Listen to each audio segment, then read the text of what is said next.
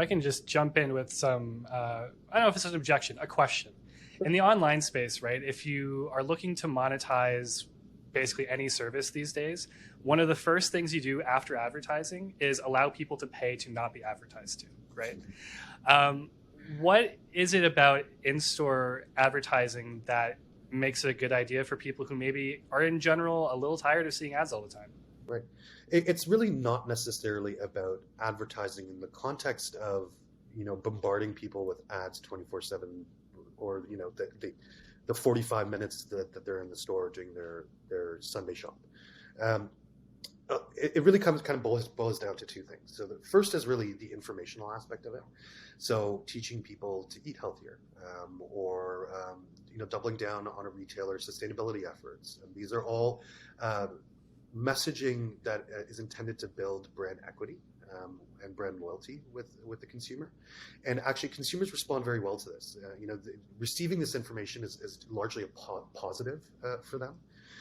The other side of it is the monetization piece of things, of course, but it doesn't always have to be an ad. It could be a recipe idea tied to a particular event. It could be tied to some other kind of data source, for example, a weather or sports score, or other trigger that can drive contextual messaging that engages the consumer in a way that could be monetized by a brand. So we talked about recipe ideas. The possibilities are almost endless. And I might want to touch on one really cool initiative that a retailer executed in Europe, which was really around COVID and the buy online, pick up in store. And you've got the consumer that parks in their reserved parking spot and checks in on the app to receive their order.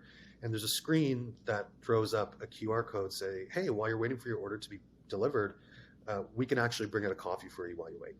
And that was leveraging the in-store cafe, which at the time was not serving customers, in a physical manner. So, in order to make best use of the assets that they've got, they were able to execute this kind of messaging, which maybe solved a problem, or maybe not a problem, but addressed a desire for a consumer to have that cup of coffee while they're waiting for their order to be fulfilled. They're not just sitting in the car staring, at an empty parking lot.